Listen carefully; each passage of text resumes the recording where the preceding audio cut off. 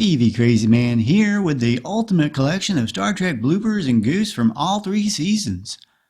Find out what episodes some of your favorite bloopers came from. Amazing goofs like What's Up With That Hair, which episode literally embarrassed Leonard Nimoy, stuntman replacement sightings everywhere, rubber rocks, and lots more unbelievable fun. On the episode The Man Trap, a very lively plant named Gertrude reacts wildly in the episode. Puppeteer Bob Baker gives Gertrude life in this episode. You can even see his handiwork. Well, the shape of his hand.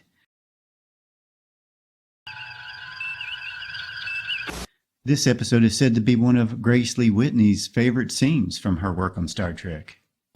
On the episode The Naked Time. Someone strangled this woman. Spock investigates a base of frozen people and a frozen mannequin, probably stolen from a department store window. It's like nothing we've dealt with before. Luckily, Leonard Nimoy is there in search of answers. The producer's purpose is to suggest some possible explanation. At the beginning of the episode, The Enemy Within. Captain Kirk's insignia is missing. I guess since he's the captain, he can get away with it. Captain Kirk! Right, like I was saying, he's Captain Kirk. I'm Captain Kirk! Doggone it, I spilled the grape juice everywhere. What if they find out it was me that did it? On the episode, Charlie X. Kirk is on his way to the bridge with Charlie. I'm on my way to the bridge now. He's going directly to the bridge alongside Charlie, and notice he's wearing his regular golden shirt. We are at full output, Enterprise. I must speak to Captain Kirk. I suppose in the future they may have adapted some of Batman's technology.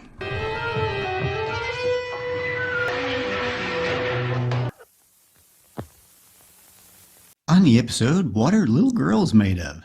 Kirk gets knocked over the edge of a cliff by Lurch. Ted Cassidy's character. Fascinating.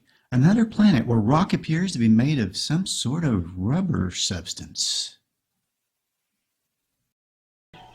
Fascinating. In the episode Where No Man Has Gone Before, watch what happens when Kirk steps off the elevator onto the bridge. See this guy in a blue shirt? In one shot, he's past Kirk, heading toward the elevator. You ready, Mr. Alden? Acknowledge, Mr. Mitchell. You know, I think Kirk had a serious sense of deja vu. And watch as the other guy in the blue shirt seems to completely disappear. Guess he went where no man has gone before. Mitchell uses his amazing new mental powers to knock down a big rock next to Kirk. But did he do so by creating a hand out of thin air? You're in good hands with Star Trek. Fascinating. The rocks on this planet seem to be made of rubber. Fascinating. In the episode Mary, this far out distant planet looks awfully familiar. I would say, Captain, approximately 1960. This building appears to be the courthouse from Mayberry. It's as if it was after a nuclear bomb had gone off, but on another planet. On the episode The Menagerie, Part 2, while trying to blast a hole into an alien hideout, the same exact rock falls twice. And then number 1... Increase to full power! Disengage! I don't think they can hear you without talking into your communicator. Disengage! On the episode Balance of Terror, when the phasers are fired at the Romulan ship, a chunk of wall falls on this guy while trying to save his captain. Cut, let's grab the wall and move it back on top of him for the next shot. Oh neat, the Romulan commander looks just like Spock's dad. Nah, couldn't be. Some fans seem to think that Uhura's falling is a bit off here. But what I really want to know is, with all their technological advances in the future, why didn't they remember to put seatbelts in? For times just like this.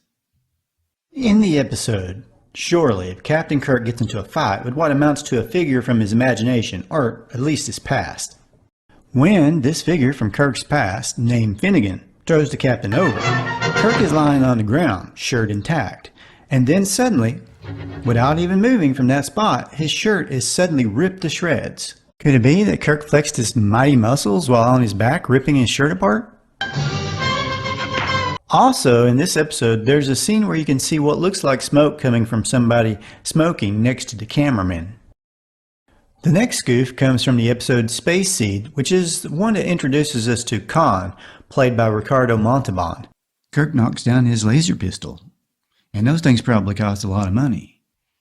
Kirk and Khan get into a fight, but wait, who's that guy? That's not Kirk. Khan looks different too. On the episode The Galileo 7, Spock leads a team that is attacked by giants. The giant throws down a human-sized shield, and suddenly it grows to giant proportions. Something just doesn't seem logical here. Illogical. Totally. Even though the shuttle is in sort of bad shape in this scene, the doors still have automatic sound effects, even though it appears somebody is opening the door by hand. When Spock gets hit by a big boulder, it's almost as if it's so light that he's really having to hold it in place so it doesn't roll off of him.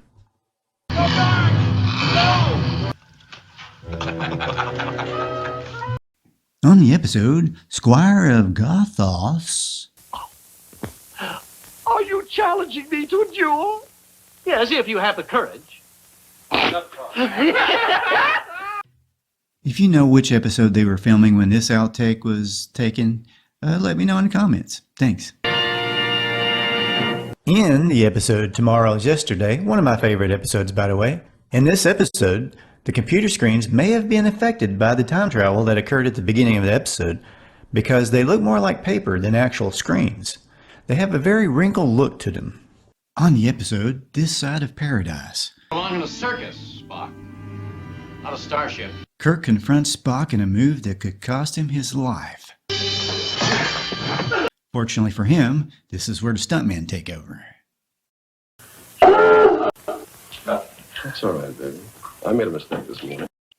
On the episode Errand of Mercy, Kirk is thrown into a cell by evil Klingons, who have at least provided a nice soft mat for him to land on. Or was that the Union? Later, William Shatner nails it with this perfect blooper. You have no right. And we have the right. But you have no right. If we have the right, then you're the right. On the episode The Return of the Archons, Kirk's landing party ends up in the middle of chaos, where the locals have gone into a frenzy and are throwing rocks at everybody. One of Kirk's men appears to get hit on the head with a rock, and it seems to just bounce off. Talk about hard-headed. Or was there something wrong with that rock? And the townsfolk act like zombies and force Kirk to fire phasers on Stun. You know, I thought it was really nice of the zombie lady on the ground to move her leg out of the way so that they could get by. Thought to be one of the best Star Trek episodes, The City on the Edge of Forever, another time travel episode. Guest stars Joan Collins and finds Kirk and Spock traveling back to the past in New York City. But strangely enough, Kirk walks right past Floyd's barbershop from Mayberry, North Carolina. Now just imagine if Floyd the barber had walked out right now. Lieutenant, notify Starfleet as to our... Lieutenant, notify... Hope you're enjoying the video so far. Please don't forget to leave a comment, let me know what you think, and let everybody else know what you think.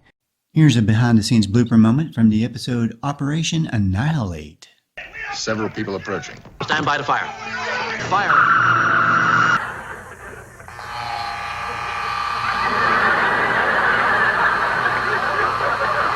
Here's a couple of short bloopers from the episode Who Mourns for Adonais, with the actors just goofing around. This is actor Michael Forrest, who was used to working in Shakespearean plays, but I bet he didn't have to dress like Apollo. I don't know what that look was about. On the alternate universe episode Mirror, Mirror, the crew apparently had a ball. Let them pass. The Changeling. Nomad, your string is showing. Mr. Spock is also one of your biological units, Creator? The episode Catspaw shows Chekov apparently before he had a chance to grow out his hair. You see, they wanted the young guy to fit the monkeys, beetles type of mold to bring in the younger viewers. So he had to wear this big wig. Which leaves us with the question, will they really be wearing their hair like this in the future? What happened, Jim? That'll take some explaining, Boone. And yet another planet with rubbery rocks. Hurry. Hurry.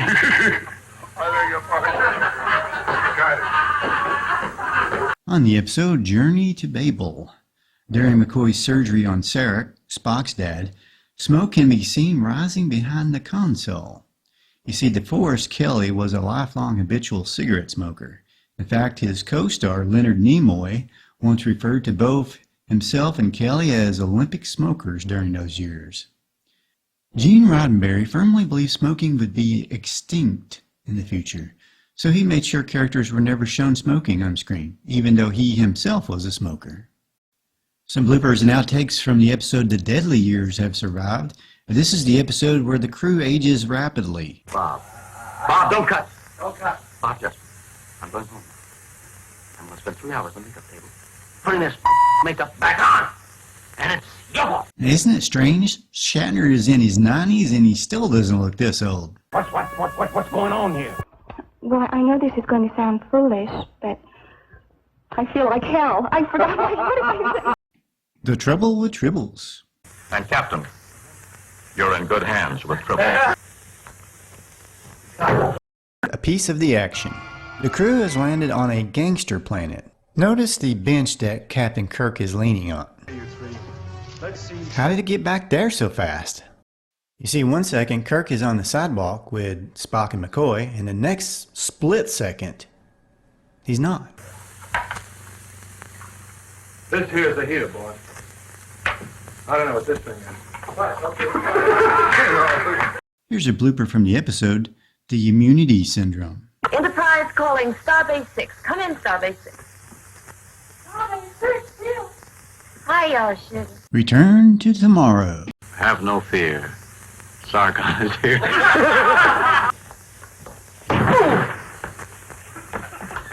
On the episode Bread and Circuses, the crew investigates the disappearance of a ship's crew on a planet that is a modern version of the Roman Empire.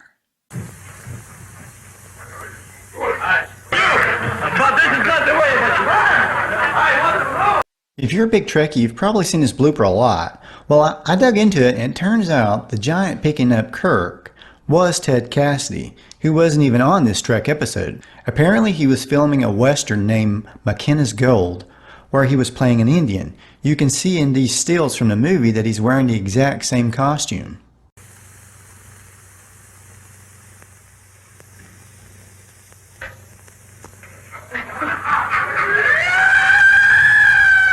If they refuse to move out on cue, screw them. You have to watch carefully to catch this one. Deforest Kelley pokes the slate guy. Second mark.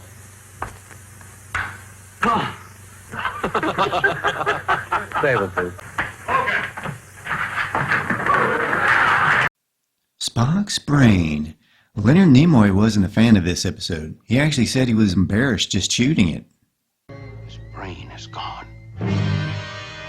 In this episode, they actually have Spock running around without a brain. The crew has been given belts that inflict pain upon the person wearing the belt. 1 second, you see Spock's brainless body is wearing one, and the other second, he's not. And then he is again. Oh well. Times 43,000 and closing. During the opening scene of the bridge, we see Sulu and a blonde guy up front. Then a few seconds later, the blonde guy turns into Chekov.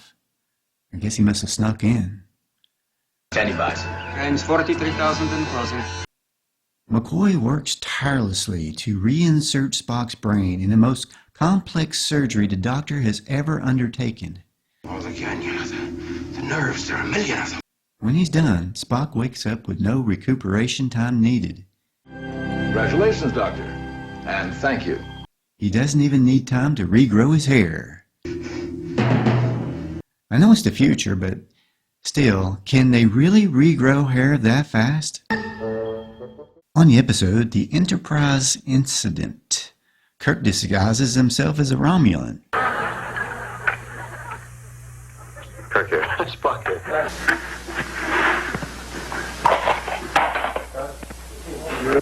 We'll let you off at the nearest Federation outpost. Mr. Spock will have the honor of escorting you to your quarters. In the last scene, 2 security guards simply vanish, but beforehand we don't even hear the sound of the door opening behind them. Unless they were just trying to hide. Seems a bit odd, though. On the episode, Is There in Truth No Beauty? You've come to the end of an eventful trip. I don't know what you've been taking, but... In this scene, Spock is in the helmsman's chair, clearly in his normal blue shirt, and Sulu is behind him, and then suddenly, who is this guy? Can't be Sulu, he's still standing behind Spock, as we see the very next second. Position report, please, Mr. Chekov. On the episode, Spectre of the Gun. I don't know, I think he aimed it just a little bit high, but Chekov, being a good sport, just wanted to play along.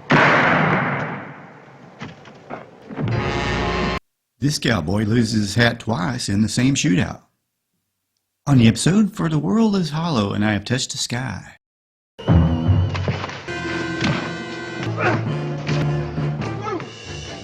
Dr. McCoy is standing right there, and then this guy shows up right where McCoy was standing. And then he's back. Did McCoy chicken out of the fight for a second? On the episode, The Tholian Web. We see Scott in the engine room, and then right before he gets jumped, another man is standing in his place, and then he's back again. Obviously, the stuntman feared getting beat up by the real Mr. Scott and asked for a replacement to jump on. Here's a blooper from the episode Wink of an Eye. Said so yourself. I'll get it. Just a moment.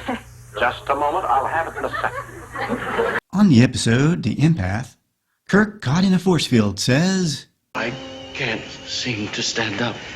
even though he clearly is still standing. Elan of Troyes throws a knife at Kirk, but I don't think she really wanted to hurt him, as you can see the string that guided the knife into the wall. Now here's a quick blooper from Batgirl Yvonne Craig. In the midnight of November, when the fair man's dead is high. On the episode The Mark of Gideon, Kirk is transported to a duplicate ship where no one is at the controls. But when we see that perspective, Kirk should be standing right there, but he's not. Mr. Spock? On the episode The Lights of Zatar, someone left what looks like a newspaper lying on the floor. Could they still exist in the future? And haven't people learned not to litter yet? On the episode Requiem for Methuselah.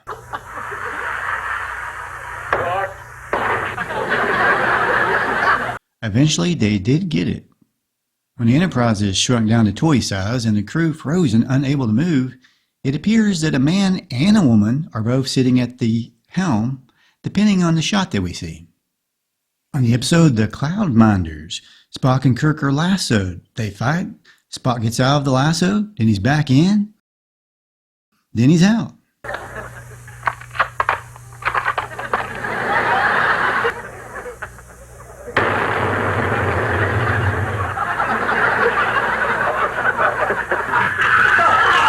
Captain, you forgot all about the environment and all that stuff. Do you want to really do that?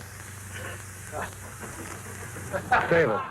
Thanks for watching. Check out my Star Trek Facts video for lots of amazing fun facts. Please hit like, comment, and come back again to watch more TV Crazy Man Classic TV Memories. Y'all have a great day.